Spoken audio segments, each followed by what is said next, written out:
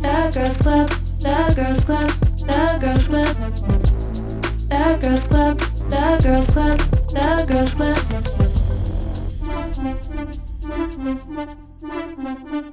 It's my club and I'm a girl, yeah. Hello. Welcome back to the Girls Club. I'm your president, Emily, and I'm going to Disney World. I'm not going to Disney World. I don't know why I said that. I just lied. It's something I like to do from time to time is I don't tell the truth and I say something that is inherently false.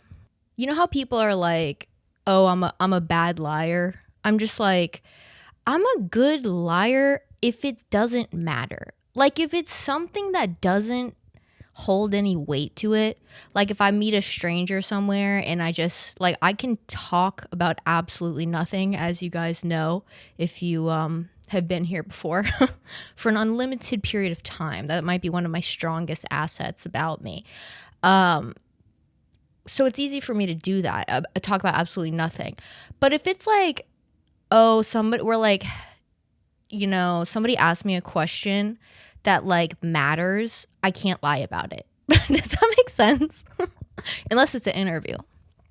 If it's an interview, like for a job, I can exaggerate the truth quite a bit on my skills and what I bring to the table. But that's what we all do, right? Like, I mean, who's walking into an interview and they ask you a question? You're like, hey, I'm actually underqualified.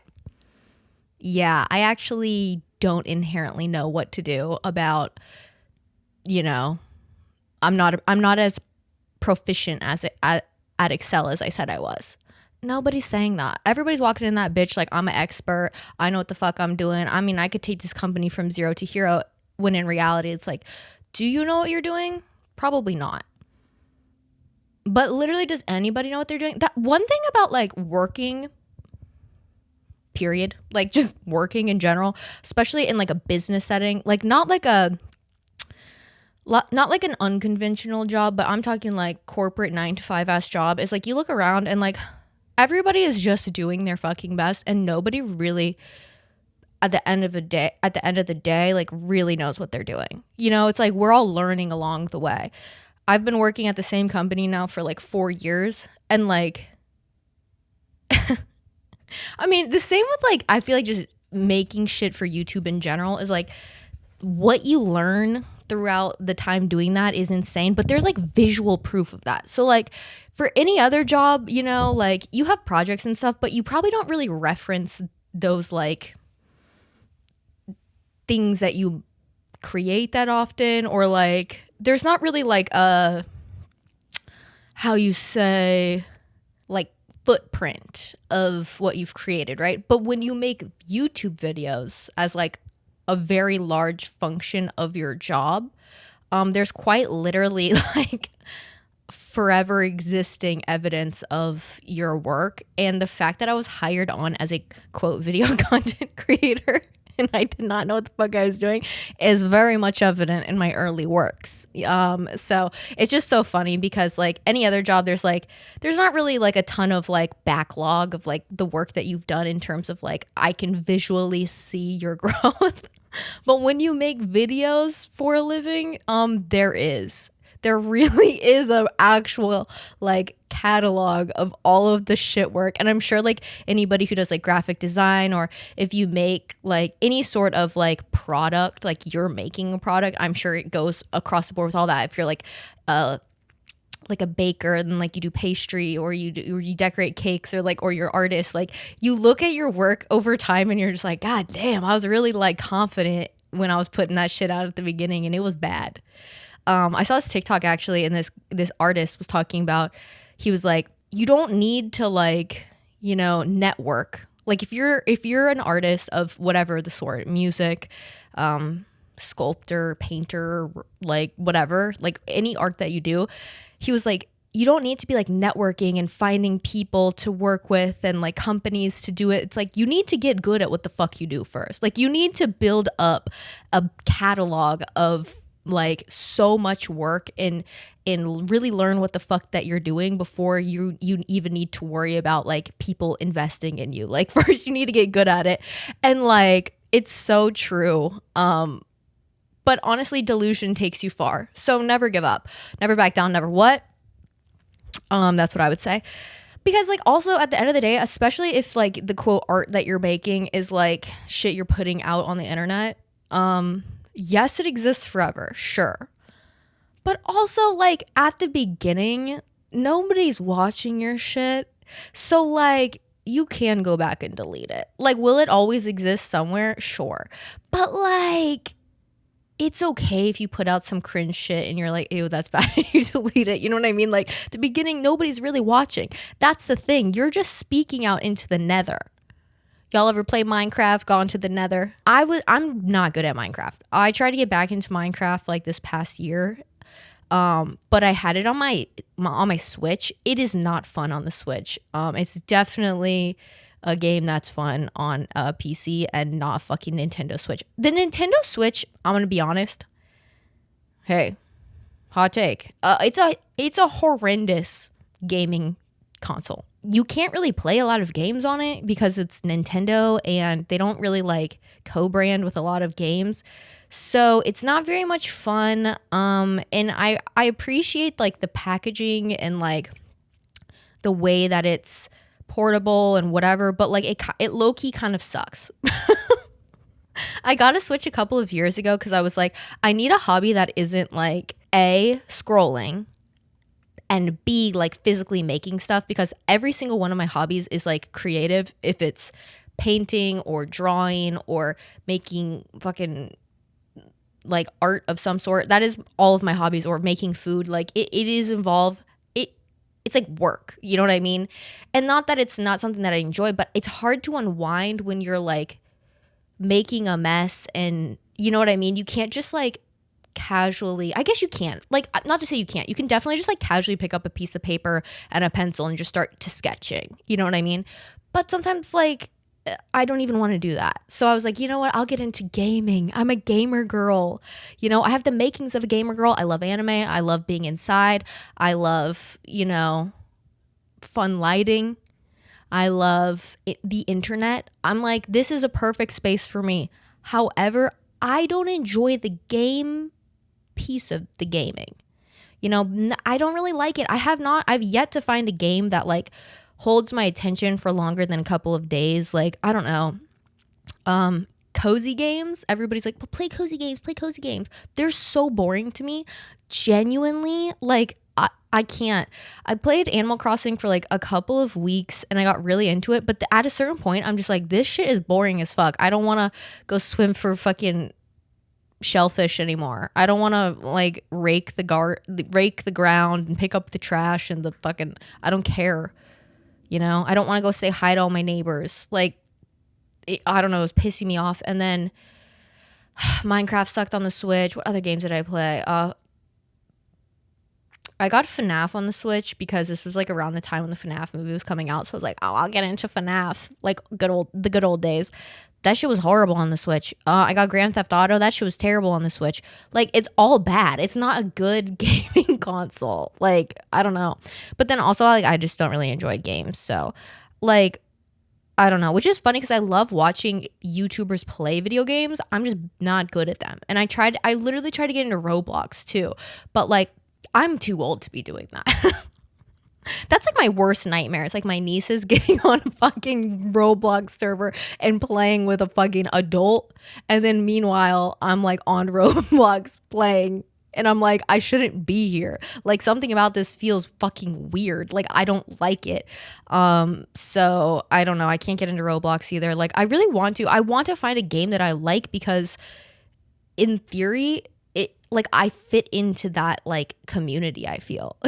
But I don't like them. I don't know, they're not fun. And then like first person shooter games give me fucking anxiety. Like, I cannot. Like, oh my god. I don't like, it makes sense why there's this like male rage epidemic or whatever the fuck, because I'm like, y'all are prepping and priming these hosts, and as much as people want to deny that like video games lead to violent tendencies or whatever, y'all, I grew up with two brothers. Okay, I grew up with a brother who was like very into sports and very like, you know, classic older brother, like first child, a lot of pressure put on them. They kind of just like, you know, didn't really have a ton of fun free time. And then I grew up with the younger sibling brother who was like the gamer kid who literally was like, him and his friends was like hours of Call of Duty, like fucking cussing each other out when they were like in 6th grade type shit. So like I grew up around that brother, and we're only 2 years apart. He's 2 years younger than me, and like the games make the boys a bit violent, I'm gonna be honest. And like me and him would fight and shit because like that's just like, I don't know, if you have like like siblings, like you understand, like y'all get into it from time to time. But I'm telling you, like when it came to his games, he did not play. Like if I walked in and interrupted him in a game, like I was getting cussed out. I was getting fucking, get the fuck out of here. Like I'm like, bruh, it's not that serious. Jesus fuck.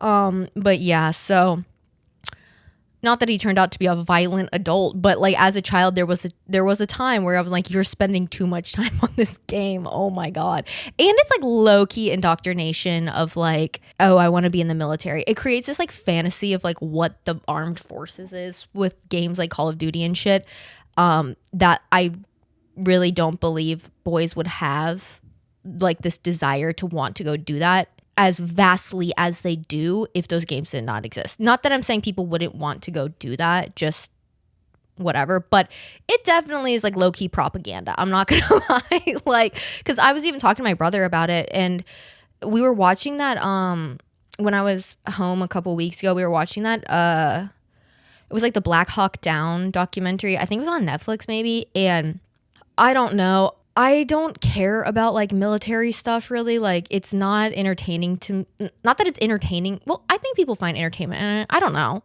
But like I don't enjoy those type of documentaries. Like I would much rather watch a documentary about like, I don't know, like a heist or like some crime, or I don't know, you know what I mean? Or like an athlete, or like a person's life story or whatever, than like some military thing. And him and my dad were like into it or whatever, and I just was like, I don't care about this, so I didn't watch it. But when I was talking to him about it, I'm like, what makes you interested in this, you know, like what is the like draw to it? And he's like, honestly, it's growing up playing those games, like because you get introduced to like those things and the weapons and the like terminology and all that shit, and so then you go seek out information about it. And like he really got into history, I think, because of those games and like learning about like wars and stuff like that. So yeah, not that they're like bad, but like they definitely influence, I would say. They influence the people who play them a bit. I cannot lie. Yeah, wow. I was not planning to talk about any of that. So that's awesome. Great way to start. Great way to start the club meeting. Let's see, what did I wrote down? So I had a dream. I was walking down the street and I did a death drop in a crowd of people. So vividly, in fact, that like when I woke up, I was like, was that a memory or was that a dream? And let me paint the picture for you, because I know how entertaining it is to hear people talk about their dreams. Like the only person we ever need to hear about their dream was Martin Luther King Jr. Okay. Everybody else, like, just keep your dreams to your fucking self. I don't care. It's boring to me. I don't really want to hear about it. But I'm going to tell you about my dream. So yeah, I was walking down the street, cruising down the street in my 6'4", jogging the bitches, slapping the hoes. It's all about making that GTA. Hey. So I was walking down the street, and it was like, I don't know what compelled me to do the death drop. And if you don't know what the death drop is, it is a dance move that is, you know, been popularized, I would say, by like drag queens or voguers, like people who vogue. And it's essentially when you tuck one of your legs behind you in like a Z-sit, like if you're sitting in a Z-sit on the ground, one leg's behind you like that. Yes, imagine one leg back like that, the other leg out in front of you at like a diagonal, and your your whole body is laying on the ground towards the leg that's behind you. Death drop, hence the name death drop, because it looks like a bitch died. Okay. And I don't know what was like, this is the time and place, because literally it was like concrete ass floor. Like I'm on a fucking sidewalk walking down the street and I'm not with anybody. I was like by myself. And I just like, everybody was like, I don't know, just walking around. And I just was like, this is the time. And I did like a kick into it too. So I did like the, like where you like jump, you kick, you switch kick. So you jump and you like kick your like one leg and then you switch the leg and then you land in the death drop. Bam! Everybody around me was like, oh my God, that was the coolest thing I've ever seen. And they start clapping. And I just get up like very nonchalant and just like kept walking. And I'm like, this morning I wake up and I'm like, what does that say about like my inner self? Like, what does that say? And I feel like it's like, I really just want to stand out, you know, in a crowd of people, but maybe it's my ego that's holding me back. I'm just kidding. I have no idea why the fuck I had that dream.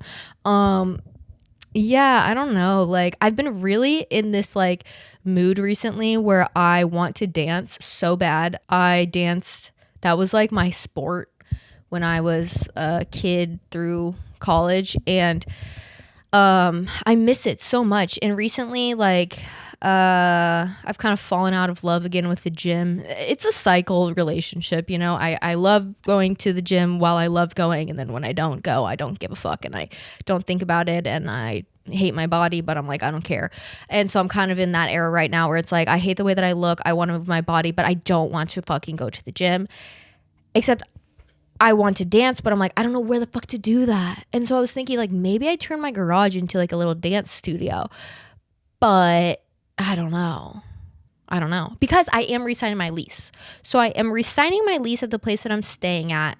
My roommate is not moving anymore. A lot has changed in my life recently.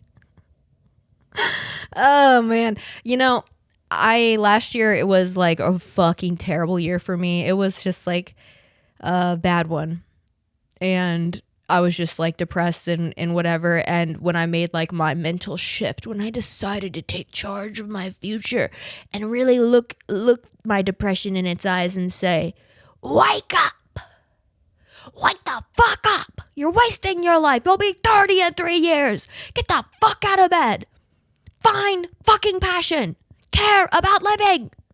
That's all it took. That's all it took. And my parents' approval, you know? Not to say I don't still hate myself, because I definitely do from time to time. Sorry, I'm getting annoying. Like, that gave me the ick about that. Ugh. But yeah, so I've just been missing dancing. And I think it's because, like, I've been like, I don't know, I've just been like really loving listening to music again recently. And like, I just want to move your body, girl, makes the fellas go. Also, I haven't gone out in ages. And I think I just have a fiending for like shaking ass in a crowd of people. Maybe that's what my dream was about. I want to perform. Huh. Maybe dreams can come true. I don't know. I just like, I've talked about this before about like how I wish adult hobbies were more like fucking normal and like not expensive. Like I wish it was just like normal and accessible and not expensive to just like rent out a dance studio. I don't really want to take a class because everybody's like, oh, go take a class, like go do this, that, and the third. And it's like, I don't want to take a dance class. I want to go dance. I want to play whatever the fucking song I want. And I want to fucking tear it up for an hour and a half by myself. That's what I want to do. Like that to me sounds like fun. I don't want to go take a fucking adult dance class. No tea, no shade. But like I taught dance for so long. I don't want to go take a class with a bunch of other people in a fucking small ass studio and pay $60 for 1 hour or whatever. You know what I mean? It's just like, I don't want to do all that. I know what the fuck to do. And I just want to like be free and like flop around and shit. Like, oh my God, it sounds so fun. So I'm like, I'm like crunching the numbers in my head. I'm like, okay, if I got like one mirror and I put it up in my garage and I got a little slab of Marley, which is like a plastic, I think it's made of plastic. It's basically like a thing that you put over a dance studio floor that makes it like the stage. So I'm like, if I got a little thing of Marley and then I could roll that out over my garage. So like I just, sweep it out, whatever. And then I put that down. So then it's like my shoes and I can just dance barefoot, or like, my shoes won't like get gross from the fucking garage or whatever. And I bring a little speaker out there and it's like, it's a vibe. But then I'm like, can I breathe out there? Will I be able to breathe? Or will I have to like crack my garage door? And in that case, that's very embarrassing because my garage, I live in a townhome. So like it backs up to like other townhomes. And like, I don't want them sitting in on my fucking little dance sesh, that would be very embarrassing. Speaking of my townhouse, I'm pretty sure the townhouse directly behind me is like a holding home for like I think the guy who like owns that house, I don't know what he uses his property for, but like every time I pass by that shit and the garage opens up, dude, that shit looks like a grocery store of like appliances and TVs. And I'm like, interesting. And there's always like random people staying at that house. So I'm like, I guess they use it as like an Airbnb maybe, but then I'm like, but they just keep all that shit in the garage too? It's very odd. And the other day, cuz like our windows, this is the worst part about where I live, is like the windows of the house behind you face the windows of the back of my house. So if your windows are open, you just see directly into each other's homes, and like you're not far away. You're maybe like 12 feet, no, more than that. 12 feet, like 20 feet from each other's houses. So you can see everything. And the other day I was like getting ready for bed. I was turning all the lights off and the house behind us had all the lights on and I could see inside, and there was like a full blown like katana just like sitting there. And I'm like, is that the decor of the person who owns the house, or did the person who's renting it for like this Airbnb term bring that with them?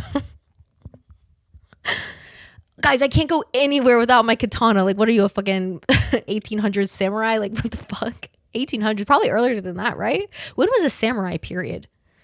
The fucking, the motherfucking, let me ask Google.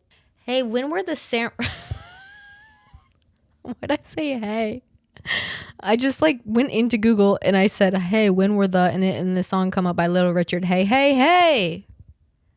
When was the samurai period? Oh no, y'all. Okay. The age of the samurai was from 1185 to 1868. Wow. The second most searched thing were samurais 7 feet tall? It said no, they're about 5'9", like the average male. And you know what? Like, I'm never gonna like short king. Hot take. Sorry, that's just not my type. Not my type. I fear I'm beginning to like not. Actually, let's get into this because I wrote this down as a topic. But recently, I have been having this like desire to watch romance anime, and it's normally not my media of choice. Would not normally be like romance stuff because I don't know, like a lot of the tropes are just so overdone and the plots are kind of boring and whatever. But I was like, you know what? Like, let me get into the romance, like see what the shoujo girls are talking about, see what they got. And if you don't watch anime, like that basically just means like it's made for girls and not for boys. So yeah, because girls love romance and boys love bugs and dirt and poop and video games. And yeah, so I've been watching a lot of romance anime recently, and like literally last night I was like kicking my feet giggling watching this shit, and I was like, wow, it has been so long since I have like been in any sort of like romantic situation that I'm like, oh my god. Like I was just thinking about like dating or like meeting somebody, and the thought of that seems so unnatural.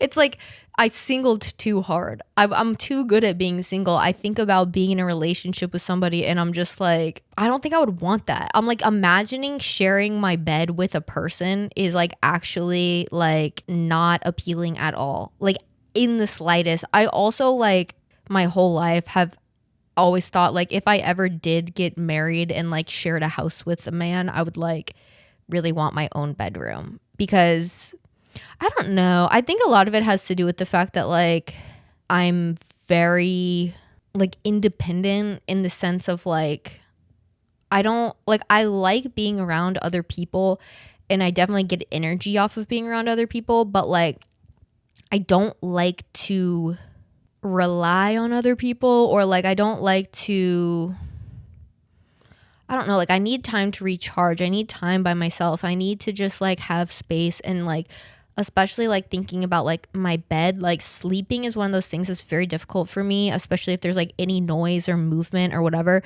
So anytime I've had to like share a bed with like a family member while we're like at like a hotel or something, like I cannot sleep.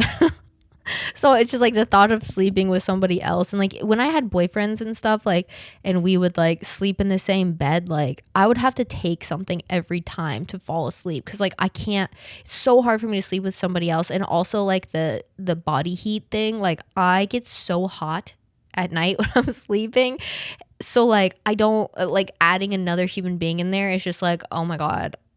It doesn't sound nice. It doesn't sound nice also to think about like I am so girly in what I like, you know? And like I have like pink shit everywhere. I have like cutesy shit everywhere. The thought of like a man's like decoration style entering my personal space is actually like, no, that's freaking me out.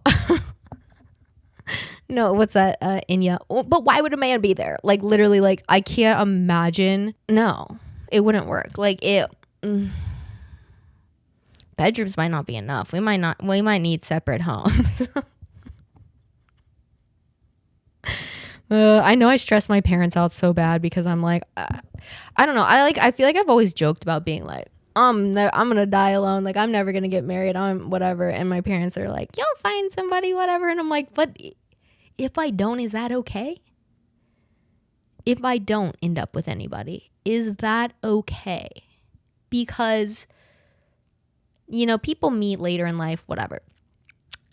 It's like the desire to even like get into that space and to like, it's cringe to me. I'm like, what do you mean you're like dating around? What do you mean you like want people to like you? What do you mean like you like are going on a date with somebody that like you don't know? Like I'm like, ew. I've been single for too long. The idea of dating is cringe.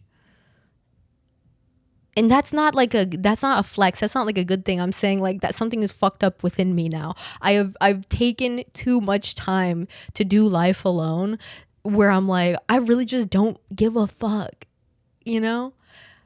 All I really would like would be like somebody that I could like, I don't know, see like once a month maybe.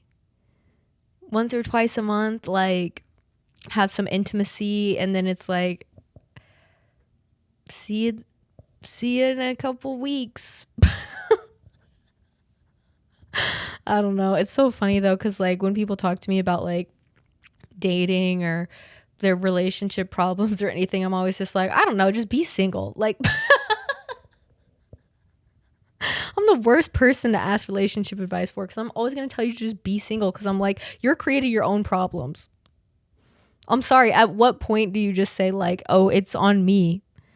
Because I could just not be in this relationship, which is probably not good advice. You know, it's probably bad advice for me to just be like, I don't know, just like don't date anybody.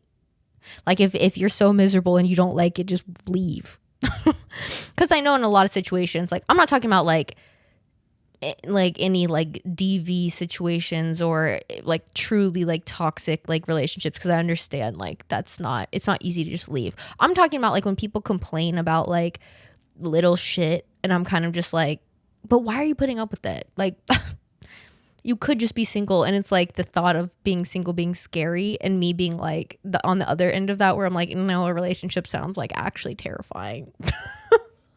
But yeah, I don't know. I was not gonna talk about any of this stuff actually. The only thing that we've talked about so far that I wanted to talk about was my death drop dream. So we're off to an awesome start so far. Let's look at my other topics. Oh my god. So last week we talked about the Hailey Bieber shit because like honestly the reason I wanted to talk about that is because I knew it was going to be clickbait. I'm not going to lie. I wanted to talk about it because it was popping off on TikTok. I was like, okay, the algorithm's going to like this one.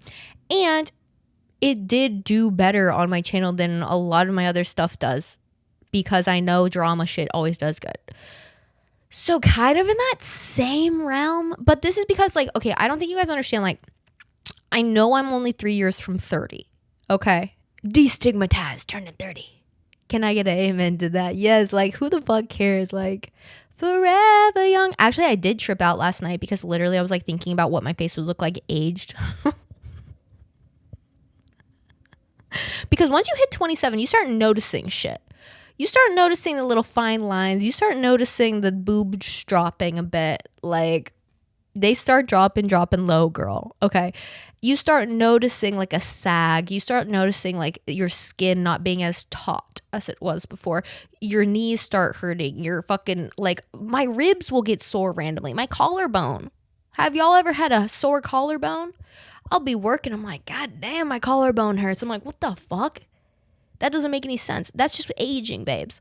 You turn 27 and shit starts cracking, shit starts creaking, boobs start dropping, and wrinkles start forming. And you get hit with that reality of like, oh, you do actually age. Indeed, you do age. As much as we want to pretend like we don't, we do. Yes. But one thing about me is like, I do feel like that. I think I said it last week, but the Danny fucking TikTok sound from his High School Musical video when he's like, "What's up, guys? I'm 16. I'm the new player on the basketball team." If you don't get that reference, this is all for me to say. I may be getting older compared to the normal, the average YouTube viewer, but I am still chronically online as much as the rest of them. Okay. I love a good scroll sesh. I love a good YouTube. Okay. I love the internet. The internet raised me. It's like an emo Tumblr fucking post. The internet raised me. But it really did. And so it's not that I like only talked about that because I was like, oh, it's gonna, do good for the algorithm. Like I did see it and I genuinely was like, oh, this is like fun to talk about. But yeah, I'm online. Like when people are like, oh, did you see this meme? I'm like, yes. When people are like, send me TikToks, I've already seen it. When people are talking about some niche internet reference from 10 years ago and asking me like, oh, I bet you never heard of this. I have. Because like I've always been that bitch. I've been on the internet and it's not like a flex. It's embarrassing. I talked to my Gen Z coworker. I'm also Gen Z. But I talked with my like younger Gen Z coworker who's 23 and I'll like make references to shit. She's never even heard of it. And it's like in the here and now internet meme. She's never heard of it. I'm more chronically online than a 23-year-old I work with. That's embarrassing, So all that to say, did y'all see the Mikaela Testa Anna Paul lore? Yeah, I'm on Australian OnlyFans content creator side of TikTok as well. I'm everywhere.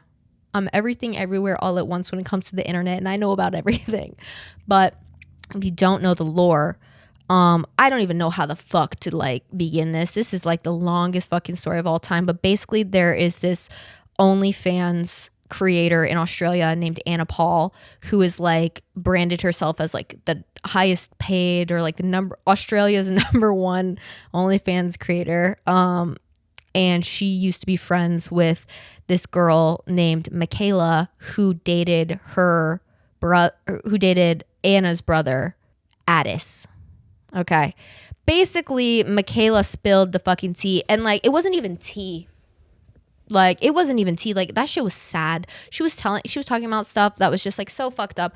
But I don't really care to talk about that. What I do want to talk about is this thing that has happened in the last 10 years on the internet where sex work has become this very glamorized, aspirational career ambition for young women because of the way it is portrayed on the internet and the way that sex workers who do like OnlyFans or, like internet sex work have built platforms off of that as influencers as well as, OnlyFans girls. And I wanted to talk about like the impact that is having on women and like, I guess my hot take on it. Like, I don't know if it's necessarily a hot take, but it's probably like, I've thought about this a lot, right? Because I think when it first became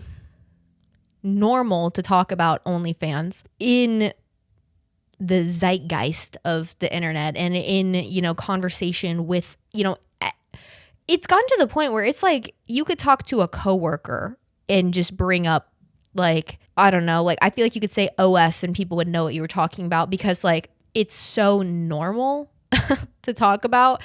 And I kind of wanted to discuss, how we got here and, my thoughts on it. And I think at first, when it first started getting introduced to like normal conversation, I was looking at it through the lens of, I was a lot younger. I was probably like, I don't know, I feel like OnlyFans, I don't know when it started, but I want to say that for me was my first like big exposure to quote famous people making money off of like sex work and like pornography and stuff like that.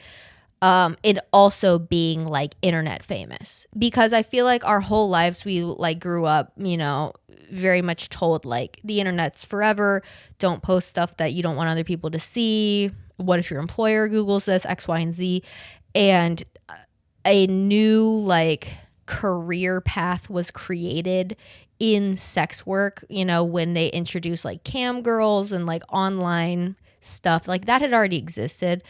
But when we crossed this border between like influencer, which was a Instagram person who, you followed them because, I don't know, they were famous, they did YouTube, whatever. And then they started making OF content and then promoting it on their non-OF platforms, i.e. Instagram, YouTube, whatever. Then it started becoming this like career path for people who were making online content because they realized like there was an audience who wanted or who would pay for that. So at the beginning I was like, this is great. If women want to, do this, they hold all the power in this type of, sex work or whatever. And I was like, oh, it's very like taking the power back and being a feminist and, loving your body and doing what you want and making so much money off of it because the money that was being made and is still being made is a lot. Like it's ridiculous money in terms of like the potential somebody who is that age in like a quote normal job could make. It's like not even comparable. And I'm talking about these like huge creators. I'm not talking about just like anybody who signs up.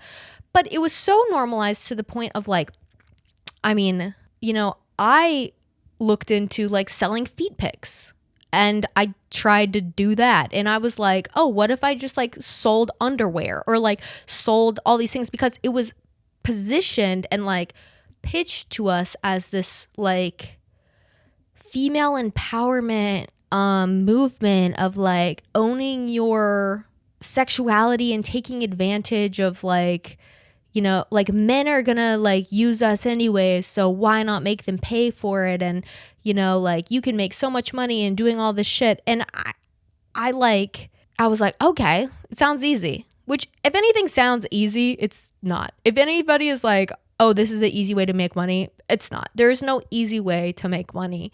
There is no like easy job. There is no yeah, some people have like, if you are a YouTuber and you make a lot of money, that's inherently an easier job than if you were to be like a fucking nurse. Okay. Like it's not like, they're not comparable, but in terms of how that person got there, it's not easy. Like you can't just, I mean, at least now, you can't just like post a video and expect to like go viral and then you're like, I can quit my job and become a millionaire. You know what I mean?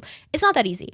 But with the onset of like OnlyFans and creators going from YouTubers to, or Instagram people to like OnlyFans creators, it really like opened up this new era of like girl bossery. Like I don't know how to explain it. But so at first I was very like, okay, yeah, this is great, like whatever. But the older I've gotten and the more my frontal lobe has developed, the more I am inclined to disagree with that take. And you know, this is not me speaking ill of people who do sex work, because sex work at the end of the day, it's work, you know. I think that it is probably an industry similar to social media where women probably out earn men and probably hold the majority of the roles. So that's a positive, I guess. But at the same time, it's like the normalization of it, I think, is what bothers me. And not that I'm saying like it should be this taboo thing that's not talked about, because I also don't think that, but I don't think that if you make sexual content for your job and you make money, you know, showing parts of your body that are private, that if you have a platform that is like your public platform that's not behind a paywall, your Instagram, your TikTok, your YouTube, and you are making like lifestyle content and your target audience is not the people who consume your paywall media, something about that feels like kind of like bad. And the reason I'm talking about this is because Anna Paul is this huge, you know, OnlyFans girl in Australia. But if you did not know that and you went on her TikTok account specifically and you look through her videos, the majority of her content is like vlog, day in the life videos of her living like just this crazy life where she, you know, hangs out with her family all the time and she has all of this money and they travel the world and they do all of these things and, you know, she's like living the good life. She, you know, it seems like this very aspirational life that you would want to live. And the majority of her content is made for young girls. Like her audience is probably, I would say like the average age of her audience is probably like 11 to 17. So like minors, and they're all little girls. So when you're making content like that, like very like aesthetic, day in the life, these are the products I'm using, this is, you know, my house, this is all my designer bags, this is all my shit, whatever, I'm just a girl, I'm super nice and everybody loves me, whatever. And then every like 20 videos you post about your OnlyFans and how you're gonna give $100 to the next 100 people who sign up for your OnlyFans. Something about that feels really gross and very inappropriate and very like, I don't know, like I don't want women to feel shame around doing it, but I also feel like people need to get real about what it means to do that as your job, and also need to start putting some fucking like barriers of entry in place in terms of like who can view your content. Like if you are making content that is people who are under the age of 18 cannot legally consume, and then you're posting on your platform that does not have a paywall, does not have an age of consent necessary, you don't ever really post about your sex work that you do, so your audience is all underage girls, and then you post promotional stuff for the sex work that you're doing, I don't think that should be allowed. Like, that's really messed up. And also, it's like normalizing doing that for a career as like a way to make a lot of money, I think is not a good thing. Not that it's not okay to like have that be an option for people to do. I'm not saying like it shouldn't exist, but what I'm saying is like positioning it as this glamorous thing that you can do when you're young and you're quote hot, and you can make all this money and like, get in the room with all these rich famous people, and like it's a really great way to jumpstart your career, and or maybe you have like a massive following on Instagram or TikTok or whatever, and you're like, why don't I also do this? Because Tana Mojo said like it's easy money and all I have to do is X, Y, and Z, and I'll be set for life or whatever. I don't think it's as black and white as that. I think that there is a lot of negative that they don't talk about, and for good reason. You know what I mean? Because I feel like that would destroy the illusion that has been created of this idealistic life that comes with being this OnlyFans Instagram model, like sexy to the gods, whatever. And for the past like 5 years, we've talked so positively about that line of work for these people. And like, I don't think it should be talked negatively about, but at the same time, I don't think that it's fair to be telling young girls who have never even, like had a normal job before, and who have never even, lived on their own, that like the only way that you're going to be successful and make all this money is like just by selling yourself as like an 18-year-old. Because there are other ways to be successful in this industry of content creation and, online presence that are maybe a bit harder to grind your way up to making money, to getting brand deals, to doing whatever.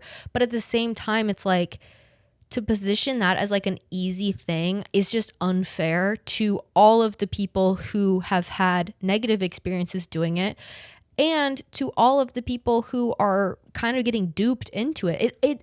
It's like the indoctrination of like OnlyFans as a valid career path for young girls to take at such a young age, to make all of this money and to like, have, it's very sex positive, like feministic thing, is kind of bullshit. Because at the end of the day, the industry exists because men view women as objects to be purchased and to be sexualized. And like, not to take it there, not to get all dark and sad and whatever, but like that's kind of what it boils down to. Has sex work existed since the beginning of time? Yes. Is it something that will always exist? Probably. But I'm not saying it's a bad thing, but I'm also not saying that it should be like flexed or like a good thing. I'm not saying it should be shamed either. I don't know. It's like the conversation is so gray, but the conversations being had are so black and white. It's either people being like, it's gross, it should be illegal, you shouldn't be able to do that, whatever. Or it's people on the other end being like, oh, it's this positive feminist thing, and you can make all this money and you can take charge, and like if men are gonna sexualize you, you might as well make money off of it. And it's like, but it's not apples and oranges. And I don't like how normal it has become. I don't like this whole like Instagram model to OnlyFans creator pipeline. Back in the day when people said Instagram model, like I just thought they meant like hot girl on the internet. I didn't realize like when I was younger that all of those people, not all of them, but the majority of them were making like OnlyFans or like porn. I didn't know that. I didn't understand why they had as many followers as they had. Like they were beautiful women, but like at the same time I was kind of confused. And then when I got older and like realized what OnlyFans was and like realized that these people were making porn, I was like, oh, And if I was thinking like that, I can't imagine how so many other younger girls are thinking. And it's just kind of like selling this like fake reality, because at the end of the day, like, girls are not exposed to porn the way that boys are, in the sense of like, it's not very normal, I guess, in like women culture, in like in I don't know, whatever, to like be aware of porn and be seeking out porn in whatever throughout like adolescence or junior high or high school or whatever as a woman. Like, of course you're going to come across it, and of course you're going to be exposed to it, but it really like isn't something that I feel like the majority of women have a ton of experience with when they're young. I'm not talking about like in adulthood, but like specifically like when you're young, the way that like young boys do. You know what I'm saying? So like, and a lot of that has to do with the fact of how the media portrays women and how women are portrayed and sexualized in movies and in TV shows and all this stuff. So it's creating this normal, narrative around women being consumed and sexualized, even in non R-rated productions. So like, even when you're watching like cartoons, and even when you're watching whatever, like at a very young age, women are, seen in that light. And so I feel like specifically like heterosexual men or like little boys view women like that at a young age, and are taught like, oh, that is, women are meant to be sexualized, X, Y, and Z, because we've normalized it in media. So of course, once they watch like porn and stuff, they're like, oh, it gets even more like women are even more sexualized and whatever. And so it creates, this sad relationship that, a lot of young men have with the view of women and whatever. But it also creates this endless need for people to work in that industry, because women are never not going to be sexualized. Like, as gross of a statement as that sounds, like, that is the truth. Because we live in this patriarchal society that positions men in a way that is superior to women, point blank, period. That's just what it is. And has normalized the sexualization of young girls and women. That industry is going to thrive until that patriarchy is destroyed. It's just one of those things that like I talk about every once in a while with people and with friends and whatever, but I also think it's an important conversation that we have like as older women, because like the majority of the people who watch this are between the age of like 25 and 35. Like, our frontal lobes have developed, we are fully formed adults to the degree of like our brains have reached a level that younger women and younger men's have not gotten to yet. So like, we have this ability to like discern critical thinking skills and how to make good decisions and the weight of our actions and everything. And so I think it's important that we continue to have these conversations that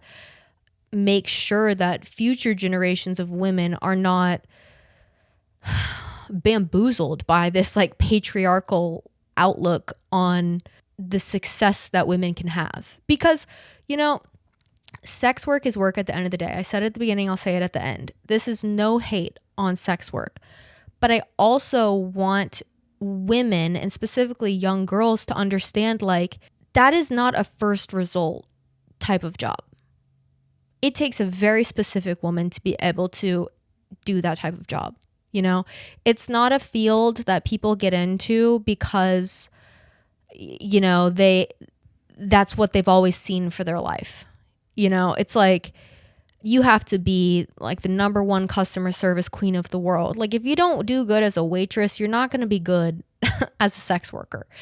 And so I think people need to get real and start having real conversations of how difficult working in that industry is, and B, how damaging it can be to these young women and young girls for the rest of their lives, you know? And not, I'm saying in a consequence type of way, but in a way of like viewing your own body, viewing sex, viewing, you know, what it means to have intimacy with people. Like it can very much blur the line on like who you are as a person. And of course, I don't have experience with this, but based off of the conversations I've heard, people who have been very honest about it. Like, you know what I mean? Like, the only people who are selling you this fantasy life of like, it's all sunshine and rainbows and this is the best industry ever and whatever, are the people who are profiting off of the fantasy of the like clout chasing element of it. It's not the people who are doing it to pay their bills. It's not the people who are doing it to like, you know, get by. It's the people who have amassed such a high level of wealth that there's no turning back from it. You know what I mean? They're like, why wouldn't I just do this? Because I could retire at 30 and never work again. You know what I mean? But yeah, I don't know. I just like wanted to have that conversation because I think it brings up a really good conversation around like what success looks like as a woman, and the potential that you have does not only exist in quote women dominated fields. You know, you can do whatever the fuck you want. You can make whatever the fuck life you want to make, and it doesn't have to be something that is like something that the world tells you to do, or something that seems like you should do. Like, I don't know, if money is what you want and male validation is what you want, like you can still do other jobs that aren't that. Like if at the end of the day that's what's going to make you happy, there are still other jobs that you can do for that. Go be a sales rep for a company, for a pharmaceutical company. You know, your cute ass walks in the room, people are going to hand you money. You know, they don't give a fuck. Like doctors and and all these nurses and stuff, like there's so many other jobs that you can have. And once again, not speaking negatively on sex work or not invalidating people's like careers in that, but I do want to say that like the things that you see on the internet, I mean, everybody said it, it's not real, you know. Even this, like, I want to be my authentic self on here, and I want to come off as the realest version of me, because I don't want to create this like fake version of myself that I have to live up to for the rest of my life. You know what I'm saying? It's like, I want to be who I am and I want to be authentic. And if people perceive that well and they stick around, then that's awesome. But if it's not perceived great and they don't enjoy it, they move along, but they don't ever expect anything from me that isn't what I'll be able to deliver. That's all I've ever wanted to do. But even saying that, there is stuff I do not talk about on here in regards to my personal life. There is stuff that, you know, I might be going through that I don't share, or there might be, you know, people in my life who I'm never going to talk about on here. And that's fine. But that's still saying like there's a level of who you know on the internet in terms of the people that you follow that like is not 100% what it seems. You know what I mean? So like, I don't know. I'm just saying take everything with a grain of salt, especially if somebody is making their money off of promoting shit online. They have no reason not to tell you the story that you want to hear, because that at the end of the day is what is going to make them more money. So yeah, I don't know. I just want women to not feel that they have to succumb to the way of the patriarchy in order to be successful, you know? And yeah, that kind of got like preachy. So again, I don't care what the fuck you do. Just be safe and, you know, look at all of your options in front of you. All right, let's end this sucker. Okay, so this week on the Instagram story, and if you're not following the Instagram, go follow the Instagram. It is thegirlsclub.pod on IG. We're also on TikTok, thegirlsclub.pod on TikTok, or you can send me an email, thegirlsclub.pod@gmail.com. And yeah, on Instagram, once a week I'll put a question out to the club members, and that's kind of how you guys are able to like tap into this. And at the end of every podcast episode, I speak, or I let you speak through me. It's like talk to me, and I put my hand out and I let you take over my body and just imagine your voice here. So this week I said, ask me anything. What unpopular hill/opinion would you die on? I fear that might have been the last like 40 minutes of this podcast. That was an unpopular opinion. What's another one that I have? Oh, here we go. Unpopular opinion. That's not even unpopular anymore. I feel like that's just kind of like, I feel like a lot of people are realizing it, but like a spray tan looks bad. Yeah, unpopular opinion. All spray tans and self-tanning look bad. And this is coming from somebody who my entire college and into, I don't know, 2 or 3 years post-college, I was the self-proclaimed self-tanner. I love to spray tan. I love to self-tan. It looks fucking stupid, and that's just, there's no other way to slice it. You look a little bit off. The hands, the elbows, the knees, yeah, it's just not the best look. I don't like it. The smell is gross, and it's okay to just be pale. You know, it's almost like that's what's in your DNA. But if you self-tan, like, do your thing, whatever. But I'm just saying, like, some of y'all look like Oompa Loompas for real.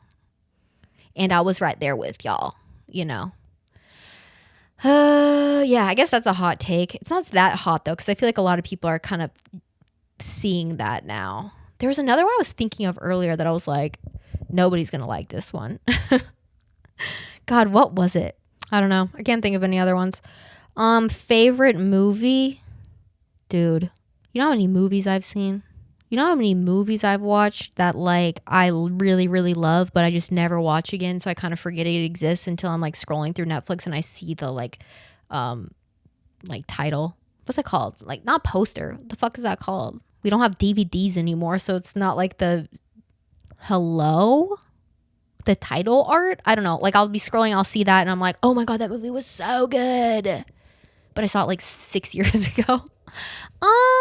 God, favorite movie. You know, I'm trying to think of like what's a classic that I love that like, you know, I went through a really big Leo phase when I was in like high school and college. I loved all the movies that he was in. God. You know what's one of my favorite movies, low-key? And it's not, like, a lot of people don't like this movie, but I think I like the way that this movie makes me feel. This is not my favorite movie. I don't know what my favorite movie is. It's probably some fucking, like, foreign film that I watched, like, 4 years ago or some shit. You know, I don't know.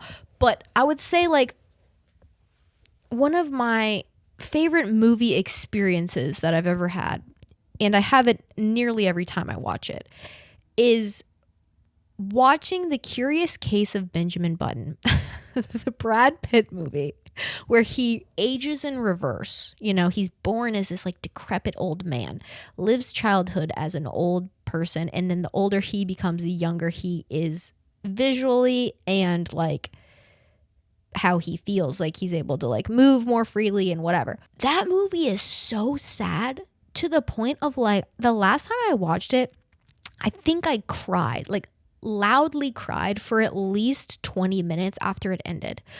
And the first time I watched it, I had that same experience as well. And I was watching it with friends, and I think I was in like high school or something. And I was crying so much, like they were laughing and like recording me, because it was just like, they couldn't believe how much I was crying. But that movie, like something about this like idea of, you know, falling in love with somebody, and you are not, like, you watch them die, and I had, not to give the movie away, but basically he falls in love with this woman, and because he ages in reverse, he reverts back to like childhood as like an elderly person, and he becomes like a little kid basically. And so it kind of symbolizes like when people like have dementia and kind of like forget their reality, and it's like sad for everybody around them, but like bro, watching that movie is like so soul crushing. Like I don't know. It's a sad movie. But favorite movie?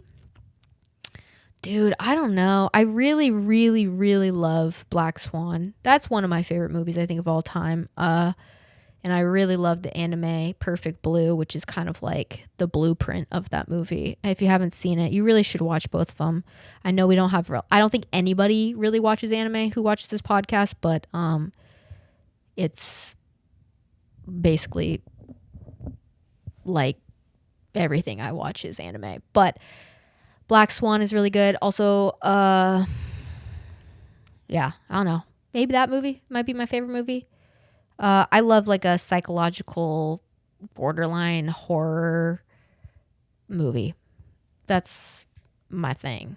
There's a couple more, but I wanted to get to this one that I was asking more for advice, so I'm going to get into that. This person said, I'm becoming less sexually attracted to my boyfriend. He treats me great and I love him to pieces, but I've found that I never really have the desire to be intimate. When we have sex, it feels foreign. Thinking of being with anyone else feels wrong, and I know that he's the one I will marry. I've recently enjoyed occasional swipe ups from other men, but would never act on anything. I guess the outside attention feels validating, and I just don't have the urge to jump his bones anymore, but I fantasize about other scenarios. Does this make sense? Does this make me a bad girlfriend, and is this normal? Help, LOL. Okay. So kind of back to the beginning of this episode where I was saying I'm not really the person to ask relationship advice for because I will always tell you to break up. But I had a friend, I have a friend who went through a very similar scenario of this, like when we were in college and like directly after college with her like long-term boyfriend, and they kind of just like she wasn't into him really like sexually for a period of time, and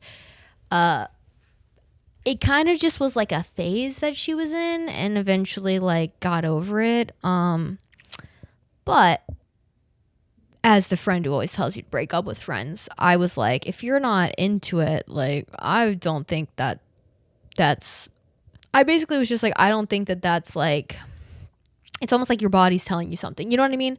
And so like, I don't know, for her and him, they worked through it, whatever. But like, if this was me, which, single, so take everything I say with like 50 pounds of salt, because like, I don't know what the fuck I'm talking about. But if this was me, I feel like I would take this as a sign that my body is like telling me to move on.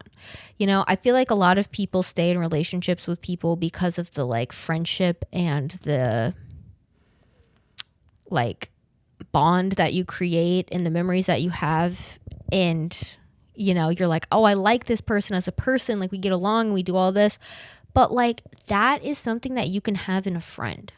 Like you don't have to date that person. Does that make sense? Especially if like you are like getting little bits of validation from like other people who aren't your boyfriend, and like you have like fantasized about doing stuff with other people, and like even if you're not acting on it, like whatever, it's like it's the fact that you're thinking about it is like, it's almost like, I don't want to say warning, like, but it seems like your subconscious, or at least some part of you, is like thinking, well, what if I wasn't with them anymore?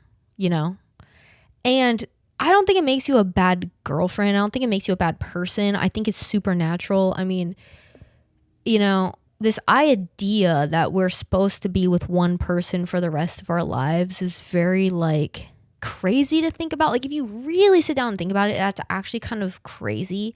And not that I'm like anti-monogamy or anti-marriage or whatever. Like, I don't know.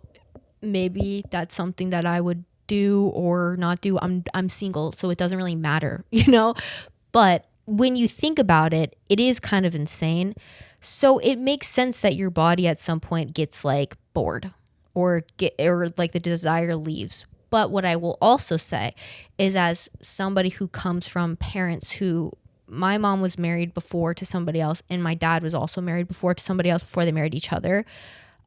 they have always told me, like, my whole life, when it comes to finding the quote one, it's like that feeling of like lust doesn't go away. Like you don't lose that, you know? Like maybe there's like lulls in your relationship where sex gets boring, or like you're kind of like, ugh, I'm annoyed with you. But like the root of that desire doesn't go away. But it, like, I don't know, it can ebb and flow. But if this is something that you've been feeling for a long time, and like this is what my mom was like telling me, you know, back when I was talking about like my friend who was in the situation, she was just saying like, if you're with the right person, and if you're with like the person who you're truly like obsessed with, I guess, like you are always sexually attracted to them. Like even when they're quote like at their lowest in terms of like self-confidence, or like, I don't know, maybe they look less attractive to you than they did when you started dating, and like, I don't know, or vice versa, you look less attractive to them. It's like they still are very attracted to you, and they still are wanting to be intimate with you. So like that's just maybe some advice from my like parents who are, I mean, my dad's almost 70 and my mom's 60, and like they've both been in quote failed marriages before, and like I know that they still, like, this is gross to think about, but I know that they still are intimate, because like I don't know, my dad will still like show me pictures of my mom and just be like, look how beautiful your mom is, you know, and like, doesn't your mom look so great? Like she'll say that, or he'll say that like when she like walks into a room or something, and like they still like kiss each other, and like I don't know. So they've been married for, I mean, 30 years, and they still act like that. So not that they're like the gross parents who like are making out like with each other and they're like fucking old, but like, you know, they still feel that way towards each other. So if you're this young and you're kind of feeling like that, and it's something that has been a reoccurring feeling for a significant period of time, it's like, not that I'm saying like don't waste your life on this person, but like I feel like there is this scarcity feeling that people have when it comes to like that quote age you should start getting married and settling down, that they're like, oh fuck, like this might be as good as it gets and whatever. But at the end of the day, it's like, it's not bad to be single. And also, if you are searching for love, like you'll find it, you know? I haven't found it because I'm not fucking looking. I don't go outside. I don't date. I'm not trying to find it. If anything, I'm in like a ghillie suit in a fucking bush hiding from that shit, you know? So like, it's not that it's like, well, I guess I'll just die alone because nobody loves me. But it's like, bitch, you're not even trying. But like, if I put myself out there and like was like welcoming to that idea, I'm sure we could get there. So that's what I would tell you. It's like, if it's, I don't know, a new thing and whatever, maybe it's your hormones. But if it's something that you've been feeling for like a while, but you still are like, but I want to marry this person, I would say, why? You know, because there could be a better relationship with the two of you if it wasn't intimate. Like maybe you're just friends, you know, and that's okay. Like girls can have guy friends and that's fine. You know, is it good to be friends with your exes? I think it's weird personally, but that's because I hate all of my exes and I didn't really like being with their friends. So yeah. Anyways, I hope that's helpful. At the end of the day, I'm always going to tell you to be single, girl, because that's my experience. And I'm enjoying my life single, okay? But if you are in love and that's who you want to be with them, girl. But yeah, that's what I would just say. Yeah, that's my advice. Okay, it's probably bad, but it is what it is. And I said it at the beginning of the episode, so you can't be mad at me. Okay, anyways, I love you so much. Thank you for being here. If you're new here, thank you for stopping by. I'm a very, very tiny creator. I'm very small, and I hope to turn this into something. I'm working on a YouTube video. I wrote the script for it last week. I'm very excited to start filming. That will be coming up probably by the end of April, so be on the lookout for that. And if you could like this video, leave a review on the podcast and subscribe to this YouTube channel. And I will see you guys in next week's club meeting. I love you. Bye. The girls club, the girls club, the girls club. The girls club, the girls club, the girls club.